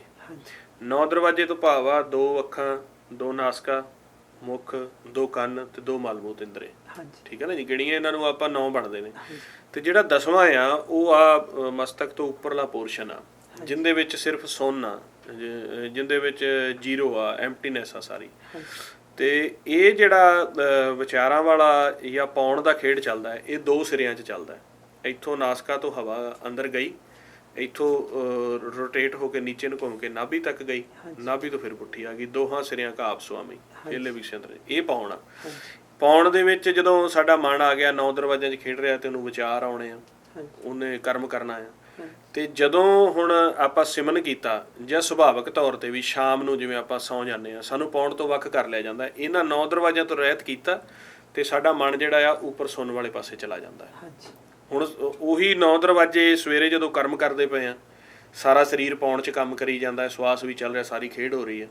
ਉਹੀ ਸਰੀਰ ਰਾਤ ਨੂੰ 8-10 ਘੰਟੇ ਕੋਈ ਕੰਮ ਨਹੀਂ ਕਰਦਾ ਪਿਆ, ਉਹਨੂੰ ਚਲਾਉਣ ਵਾਲਾ ਵਿੱਚੋਂ ਨਿਕਲ ਗਿਆ, ਉਹ ਪਾਉਣ ਤੋਂ ਵੱਖ ਹੋ ਗਿਆ।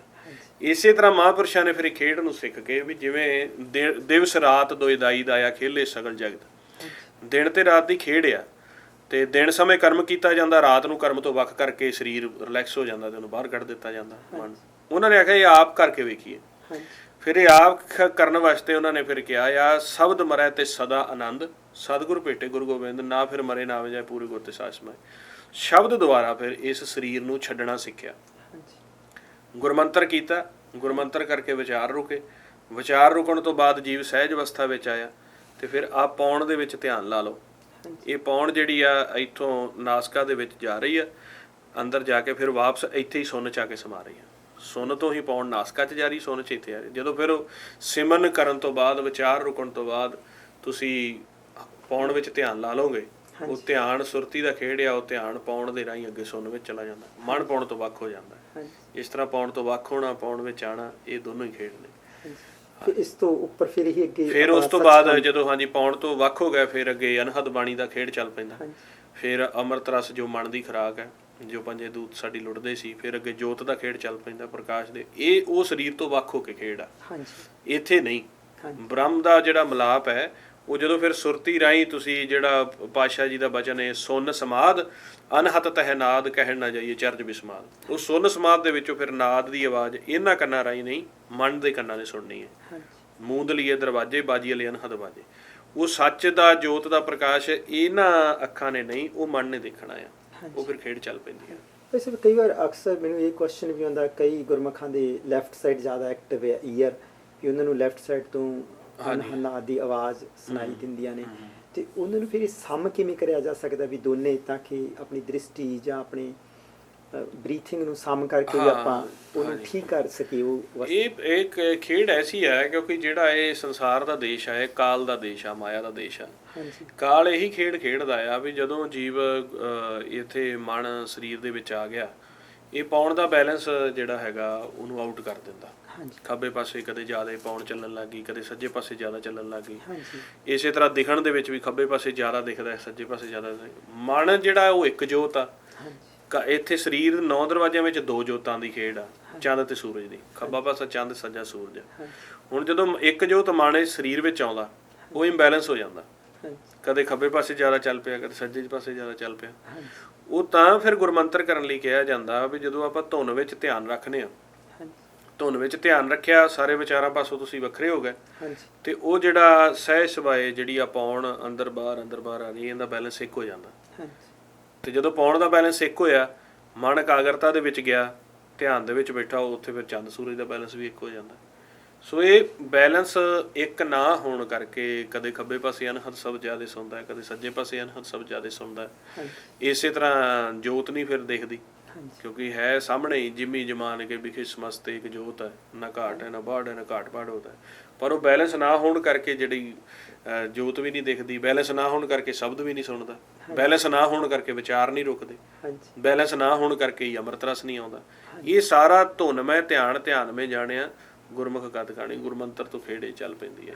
ਹਾਂਜੀ, ਇੱਕ ਅਕਸਰ ਹੀ ਮੈਂ ਕਈ ਵਾਰ ਆਪਾਂ ਸੁਣੀਦਾ ਵੀ ਮਹਾਂਪੁਰਸ਼ ਵੀ ਆਊਟ ਆਫ ਬੋਡੀ ਐਕਸਪੀਰੀਅੰਸ ਵੀ ਕਰਦੇ ਨੇ, ਇਹਦੇ ਬਾਰੇ ਤੁਸੀਂ ਕੋਈ ਗਿਆਨ ਦਿਓ, ਜਿਵੇਂ ਜੋਤ ਦਾ ਬੋਡੀ ਤੋਂ ਸੂਖਸ਼ਮ ਸਰੀਰ ਨੂੰ ਬੋਡੀ ਤੋਂ ਬਾਹਰ ਦੇਖਣਾ। ਹਾਂ, ਉਹ ਜਿਹੜੇ ਬੋਡੀ ਤੋਂ ਬਾਹਰ ਦੇ ਐਕਸਪੀਰੀਅੰਸ ਨੇ, ਜਾਂ ਯੂਨੀਵਰਸਲ ਤੌਰ ਤੇ ਦੂਜੇ ਗ੍ਰਹਿਆਂ ਤੇ ਜਾਣਾ, ਜਾਂ ਸੁਨ ਮੰਡਲ ਦੇ ਵਿੱਚ ਜਾ ਕੇ ਗੁਰਮੁਖਾਂ ਨੇ ਜੋ ਸਰੀਰ ਇੱਥੇ ਪਿਆ ਆ, ਤੇ ਉਹ ਦੂਜੇ ਇਲਾਕਿਆਂ ਦੇ ਜਿਹੜੇ ਗੁਰਮੁਖ ਆਏ ਉਹਨਾਂ ਨਾਲ ਸੂਖਮ ਤੌਰ ਤੇ ਗੱਲਬਾਤ ਕਰਨੀ, ਜਿੱਥੇ ਮਹਾਰਾਜ ਕਹਿੰਦੇ ਆਗਾਮ ਆਗਾਦ ਸੁਣੋ ਜਨ ਕਥਾ ਪਾਰ ਬ੍ਰਹਮ ਕੀ ਚਰਜ ਸਭਾ, ਉਹ ਸਾਰੇ ਉਦੋਂ ਫਿਰ ਪੋਸੀਬਲ ਹੁੰਦੇ ਨੇ ਜਦੋਂ ਜੀਵ ਇੱਧਰੋਂ ਪੌਣ ਤੋਂ ਵਿਚਾਰਾਂ ਤੋਂ ਵੱਖਰਾ ਹੋ ਕੇ ਨਾਦ ਨਾਮ ਦੀ ਆਵਾਜ਼ ਵਿੱਚ ਸਮਾ ਜਾਂਦਾ ਹੈ।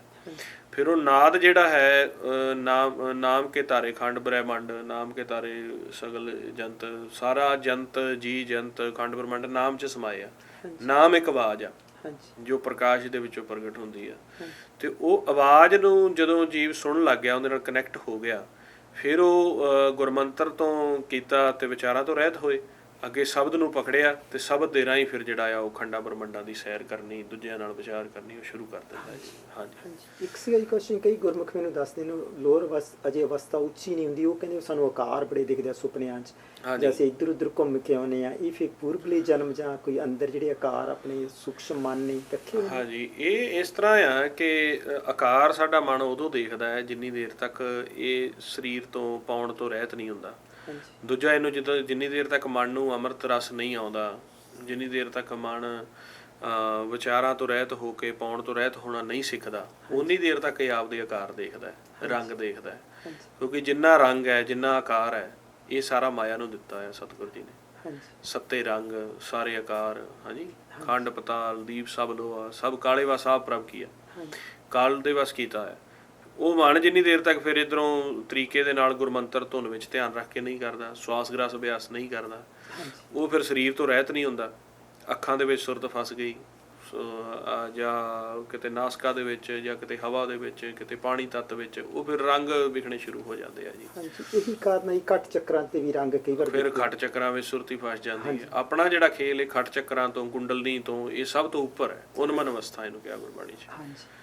ਵੈਸੇ ਵੀ ਇੱਕ ਕੈਨੇਡੀਅਨ ਜਿਹੜੀ ਫੈਮਲੀਜ਼ ਨੇ ਇਕੱਠੀਆਂ ਬਹਿ ਕੇ ਕਿਵੇਂ ਬੱਚਿਆਂ ਨਾਲ ਵੀ, ਕਿਉਂਕਿ ਬੜੇ ਬਿਖਰੇ ਹੋਏ ਨੇ ਕਈ ਵਾਰ ਆਪਣੇ ਕੰਮਾਂ ਕਾਰਾਂ 'ਚ, ਉਹਨਾਂ ਨੂੰ ਤੁਸੀਂ ਇੱਕ ਉਹਨਾਂ ਬਾਰੇ ਦੱਸੋ ਕਿਵੇਂ ਬਹਿ ਕੇ ਆਪਸ ਵਿੱਚ ਹੀ ਰਲ ਮਿਲ ਕੇ। ਹਾਂਜੀ ਬਿਲਕੁਲ, ਘਰ ਵਿੱਚ ਇਹ ਆਪਾਂ ਨੂੰ ਗੁਰੂ ਗ੍ਰੰਥ ਸਾਹਿਬ ਮਹਾਰਾਜ ਨੇ ਉਪਦੇਸ਼ ਦਿੱਤਾ ਆ, ਹੋਵੋ ਇਕੱਤਰ ਮਿਲੋ ਮੇਰੇ ਭਾਈ, ਦੁਬਦਾ ਦੂਰ ਕਰੋ ਲਿਵ ਲਾਏ, ਹਰ ਨਾਮੇ ਕੇ ਹੋਵੋ ਜੋੜੀ, ਗੁਰਮੁਖ ਬੈਸੋ ਸਫਾ ਵਿਸ਼ੈ।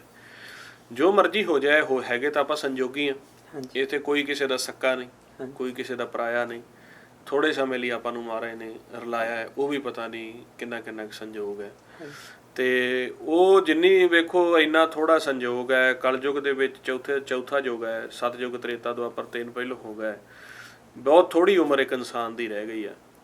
ਸਹੂਲਤ ਵੀ ਇੰਨੀ ਹੋ ਗਈ ਆ ਕਿ ਤੁਹਾਨੂੰ ਆਪ ਕੰਮ ਕਰਨ ਦੀ ਲੋੜ ਹੀ ਨਹੀਂ, ਮਸ਼ੀਨੀ ਯੁੱਗ ਇੰਨਾ ਹੈ, ਟੈਕਨੀਕ ਇੰਨੀ ਹੈ, ਜਿਵੇਂ ਮਰਜ਼ੀ ਘਰ ਬੈਠੇ ਖਾਈ ਪੀ ਜਾਓ।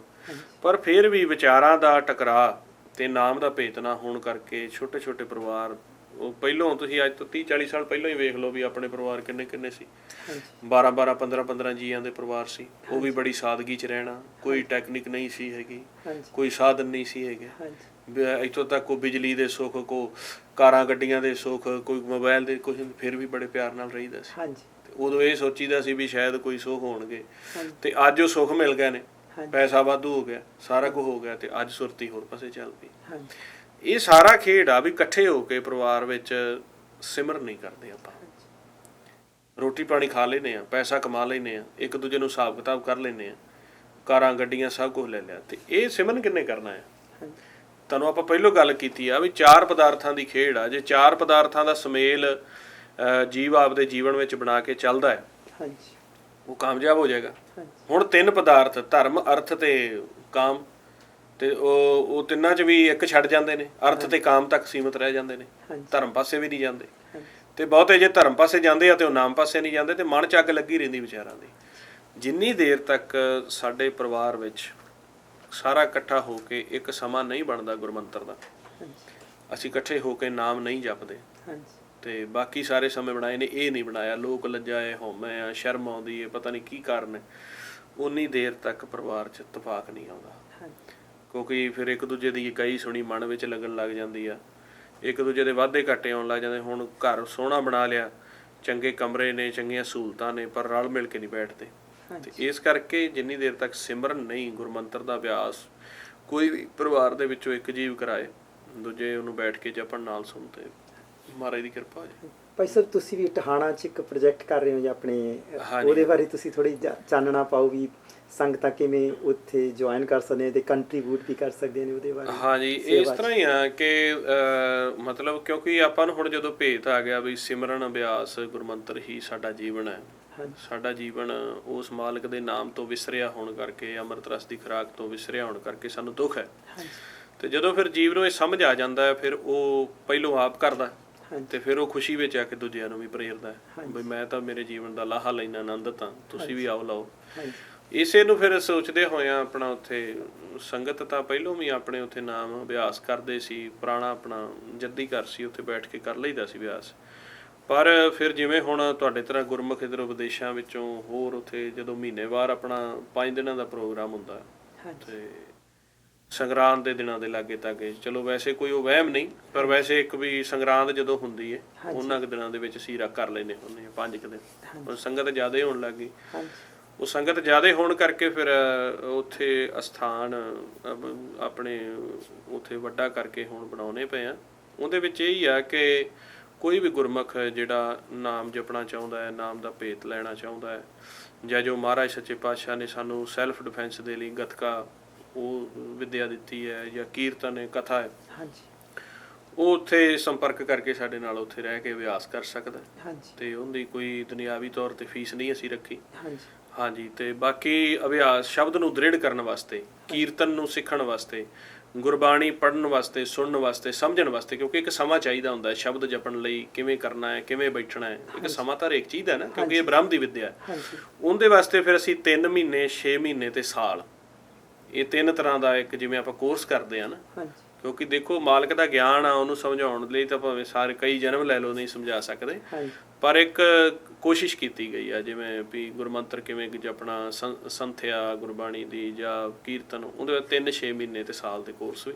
ਖੁੱਲਾ ਕੋਈ ਰਹਿਣਾ ਚਾਹੁੰਦਾ ਖੁੱਲਾ ਵੀ ਰਹਿ ਸਕਦਾ, ਪ੍ਰੋਗਰਾਮ ਤੇ ਕੋਈ ਆਉਣਾ ਚਾਹੁੰਦਾ ਪ੍ਰੋਗਰਾਮ ਤੇ ਉਹ ਆਪਣਾ ਅਪ੍ਰੈਲ ਮਈ ਤੋਂ ਬਿਲਡਿੰਗ ਹੁਣ ਉੱਥੇ ਚੱਲ ਰਿਹਾ ਕੰਮ ਕੰਸਟਰਕਸ਼ਨ ਦਾ, ਸ਼ੁਰੂ ਹੋ ਜਾਏਗਾ ਤੇ ਫਿਰ ਗੁਰਮੁਖ ਆ ਕੇ ਲਾਇਆ ਲੈ ਸਕਦੇ। ਪ੍ਰਭ ਮਿਲਨੇ ਕਾ ਚਾਉ ਟੋਹਾਣਾ ਬ੍ਰਹਮ ਦਾ ਸਕੂਲ ਜਿਹੜਾ ਵਿਦਿਆਲਿਆ ਉਹ ਬਣਾ ਰਹੇ ਉੱਥੇ। ਹਾਂਜੀ ਹਾਂਜੀ ਹਾਂਜੀ ਸਭ ਤੁਹਾਡਾ ਹੁਣ ਕੋਟਨ ਧੰਨਵਾਦ, ਤੁਸੀਂ ਕੈਨੇਡਾ ਦੀਆਂ ਸੰਗਤਾਂ ਨੂੰ ਆਪਣੇ ਸਮਾਧੀ ਨਾਮ ਸਿਮਰਨ ਨਾਲ ਜੋੜਿਆ। ਹਾਂਜੀ ਹਾਂਜੀ ਅਸੀਂ ਵੀ ਉਹਨਾਂ ਵਿੱਚੋਂ ਕਾਫੀ ਖੱਟਿਆ ਬਹੁਤ ਕੁਛ ਜੀ, ਬਿਲਕੁਲ ਤੇ ਤੁਹਾਡੇ ਨਾਲ ਜੁੜੇ ਰਹਾਂਗੇ। ਭਾਈ ਸਾਹਿਬ ਤੁਸੀਂ ਜਿਹੜਾ ਨਾਮ ਸਿਮਰਨ ਦਾ ਆਪਾਂ ਉੱਥੇ ਸਾਰਾ ਆਪਣੇ ਬ੍ਰਹਮ ਮਿਲਨੇ ਕਾ ਚਾਉ ਟੋਹਾਣਾ 'ਚ, ਹਾਂਜੀ ਇਹਦਾ ਕੀ ਅਰੇਂਜਮੈਂਟ ਆ ਉੱਥੇ, ਕਿਵੇਂ ਸੰਗਤ ਆਨਲਾਈਨ ਤੇ ਉੱਥੇ ਜਾ ਕੇ ਸਿਮਰਨ ਵਿੱਚ ਲਾਹਾ ਲੈ ਸਕਦੀ? ਹਾਂਜੀ ਹਾਂਜੀ ਇਹਦਾ ਆਨਲਾਈਨ ਤੇ ਉੱਥੇ ਸੰਗਤ ਦਾ ਦੋਨੋਂ ਪਾਸੋਂ ਹੀ ਆਪਣਾ ਲਾਹਾ ਚੱਲਦਾ ਪਿਆ।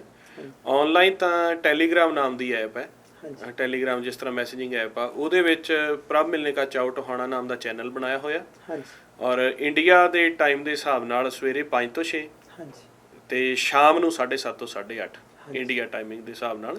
ਉਹਦੇ 'ਚ 1 ਘੰਟਾ ਸਵੇਰੇ ਸਿਮਰਨ ਤੇ ਧਿਆਨ ਤੇ ਦੱਸਿਆ ਜਾਂਦਾ, 1 ਘੰਟਾ ਸ਼ਾਮ ਨੂੰ ਫਿਰ ਧਿਆਨ ਸਿਮਰਨ ਤੇ ਸਾਰਾ ਦੱਸਿਆ ਜਾਂਦਾ ਆ। ਸਵੇਰੇ 5 ਤੋਂ 6 ਆ ਇੰਡੀਆ ਦੇ, ਸ਼ਾਮੀ 7:30 ਤੋਂ 8:30 ਆ।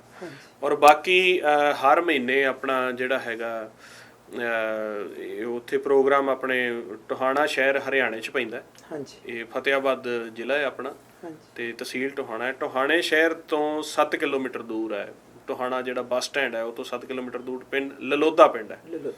ਹਾਂਜੀ ਉੱਥੇ ਫਿਰ ਹਰ ਮਹੀਨੇ ਸੰਗਰਾਂਦ ਜਦੋਂ ਦੇ ਦਿਨਾਂ, ਜਿਵੇਂ ਸੰਗਰਾਂਦ ਵਾਲੇ ਦਿਨਾਂ ਦੇ ਵਿੱਚ 5 ਦਿਨ ਦਾ ਪ੍ਰੋਗਰਾਮ ਹੁੰਦਾ, ਉਹ ਅਸੀਂ ਕੋਸ਼ਿਸ਼ ਕਰਦੇ ਹੁੰਦੇ ਹਾਂ, ਫਿਕਸ ਨਹੀਂ ਹੈ ਜੇ ਦਿਨ ਕੀਤਾ ਵੀ ਸ਼ੁੱਕਰ, ਸ਼ਨੀ, ਐਤ ਤੇ ਸੋਮ ਨੂੰ ਸਮਾਪਤੀ ਕਰ ਦਿੱਤੀ ਜਾਏ, ਵੀ ਤਾਂ ਕਿ ਉਦੋਂ ਛੁੱਟੀਆਂ ਵੀ ਹੁੰਦੀਆਂ ਨੇ, ਲੌਂਗ ਵੀਕਐਂਡ ਹੋ ਜਾਂਦਾ। ਔਰ ਬਾਕੀ ਜਿੰਨਾ ਵੀ ਆਪਣਾ ਜੋ ਕਥਾ ਵਿਚਾਰ ਜਾਂ ਜੋ ਮੈਡੀਟੇਸ਼ਨ ਦੇ ਲਈ ਕਥਾ ਵਿਚਾਰਾਂ ਰਿਕਾਰਡ ਵੀ ਕੀਤੀਆਂ ਹੋਈਆਂ ਜਾਂ ਸਿਮਰਨ ਆਨਲਾਈਨ ਆ, ਉਹ ਸਾਰਾ ਚਾਹੇ ਫੇਸਬੁੱਕ ਆ, ਚਾਹੇ ਇੰਸਟਾਗ੍ਰਾਮ ਆ, ਚਾਹੇ ਯੂਟਿਊਬ ਆ, ਉਹ ਪ੍ਰਭ ਮਿਲਨੇ ਕਾ ਚਾਉ ਟੋਹਾਣਾ ਪਲੇਟਫਾਰਮ ਦੇ ਨਾਮ ਤੇ ਉਹ ਸਾਰਾ ਉਹਨਾਂ ਤੇ ਪਿਆ। ਜੇ ਤੁਸੀਂ ਸਰਚ ਕਰੋਗੇ ਪ੍ਰਭ ਮਿਲਨੇ ਕਾ ਚਾਉ ਟੋਹਾਣਾ ਤਾਂ ਇਸੇ ਨਾਮ ਤੇ ਹੀ ਤੁਹਾਨੂੰ ਹਰ ਇੱਕ ਉਹਦੇ ਤੇ ਸੋਸ਼ਲ ਮੀਡੀਆ ਤੇ ਐਪ ਤੇ ਮਿਲ ਜਾਏਗਾ। ਆਪਣੀ ਵੈਬਸਾਈਟ ਵੀ ਇਸੇ ਨਾਮ ਤੇ ਹੀ ਹੈ ਜੀ। ਤੇ ਬਾਕੀ ਜੋ ਆਪਣੇ ਉੱਥੇ ਸ਼ਹਿਰਾਂ ਵਿੱਚ ਵੀ ਸਿਮਰਨ, ਜਿਸ ਤਰ੍ਹਾਂ ਲੁਧਿਆਣੇ, ਚੰਡੀਗੜ੍ਹ, ਮੋਹਾਲੀ, ਹੋਰ ਰਾਜਸਥਾਨ ਵਿੱਚ, ਹਰਿਆਣੇ ਦੇ ਸ਼ਹਿਰਾਂ 'ਚ, ਉਹ ਸਾਰਾ ਤੁਹਾਨੂੰ ਇਹਨਾਂ ਦੇ ਸਾਡੇ ਫੇਸਬੁੱਕ ਤੋਂ, ਟੈਲੀਗ੍ਰਾਮ ਐਪਸ ਤੋਂ, ਉਹ ਵੀ ਆਪਣੇ 3-3 ਦਿਨਾਂ ਦੇ ਪ੍ਰੋਗਰਾਮ ਹੁੰਦੇ ਆ ਤੇ ਗੁਰਮੁਖ ਆਪ ਦੇ ਇਲਾਕਿਆਂ 'ਚ ਵੀ ਲੈ ਸਕਦੇ। ਜਿਵੇਂ ਹੁਣ ਤੁਹਾਡੇ ਕੈਨੇਡਾ 'ਚ ਪਿਛਲੇ 3 ਤਰੀਕ ਤੋਂ ਲੈ ਕੇ ਤੇ ਅੱਜ ਤਕਰੀਬਨ ਹੋ ਗਿਆ 1.5 ਮਹੀਨਾ ਹੋ ਗਿਆ, 1.25 ਮਹੀਨਾ ਚੱਲਦਾ ਪਿਆ ਆ ਇੱਥੇ। ਇਸ ਤਰ੍ਹਾਂ ਉਹਦੇ ਤੁਹਾਨੂੰ ਮਿਲ ਜਾਏਗਾ ਸਾਰਾ ਜੀ। ਹਾਂਜੀ ਫਿਰ ਉੱਥੋਂ ਜਦੋਂ ਆਪਣੀ ਬਿਲਡਿੰਗ ਹਾਂਜੀ ਉੱਥੇ ਹੁਣ ਦੁਬਾਰਾ ਅਜੇ ਕੰਸਟਰਕਸ਼ਨ ਚੱਲਣ ਕਰਕੇ ਹਜੇ ਪ੍ਰੋਗਰਾਮ ਉੱਥੇ ਥੋੜਾ ਜਿਹਾ ਬ੍ਰੇਕ ਲਾਈ ਹੈ, ਕਿਉਂਕਿ ਸਾਰਾ ਨਵੇਂ ਸਿਰੇ ਹੋਏ। ਫਿਰ ਅਪ੍ਰੈਲ ਤੋਂ ਫਿਰ ਸ਼ੁਰੂ ਹੋ ਜਾਏਗਾ। ਫਿਰ ਜਿਨ੍ਹਾਂ ਨੇ ਕੋਰਸ ਦੇ ਵਿੱਚ ਰਹਿਣਾ 3 ਮਹੀਨੇ, 6 ਮਹੀਨੇ, ਸਾਲ ਦਾ, ਉਹ ਕੋਰਸ 'ਚ ਰਹਿ ਸਕਦੇ ਆ। ਜਿਨ੍ਹਾਂ ਨੇ ਫਿਰ 5 ਦਿਨ ਵਾਲਾ, ਹਰ ਮਹੀਨੇ ਵਾਲਾ ਜੁਆਇਨ ਕਰਨਾ ਹੋਊਗਾ, ਉਹ ਕਰ ਸਕਦੇ ਆ। ਜਾਂ ਖੁੱਲੀਆਂ ਵੀ ਜਦੋਂ ਗੱਲਾਂ ਬਾਤਾਂ ਕਰਨੀਆਂ ਹੋਣ ਤੇ ਪਿੰਡ ਲਲੋਦਾ, ਤਹਿਸੀਲ ਟੋਹਾਣਾ ਆ, ਜ਼ਿਲ੍ਹਾ ਫਤਿਆਬਾਦ, ਹਰਿਆਣੇ 'ਚ ਪੈਂਦਾ ਜੀ। ਤੇ ਸਾਡੇ ਕੰਟੈਕਟ ਨੰਬਰ ਹੈ ਉਹ ਤੁਹਾਨੂੰ ਇੱਥੇ ਸਕਰੀਨ ਤੇ ਤੁਸੀਂ ਦੇ ਦਿਓ ਤੇ ਸਾਡਾ ਉਹ ਸੰਪਰਕ ਕਰਕੇ ਆ ਸਕਦੇ। ਹਾਂਜੀ ਹਾਂਜੀ ਹਾਂਜੀ। ਵਾਹਿਗੁਰੂ ਜੀ ਕਾ ਖਾਲਸਾ, ਵਾਹਿਗੁਰੂ ਜੀ ਕੀ ਫਤਿਹ।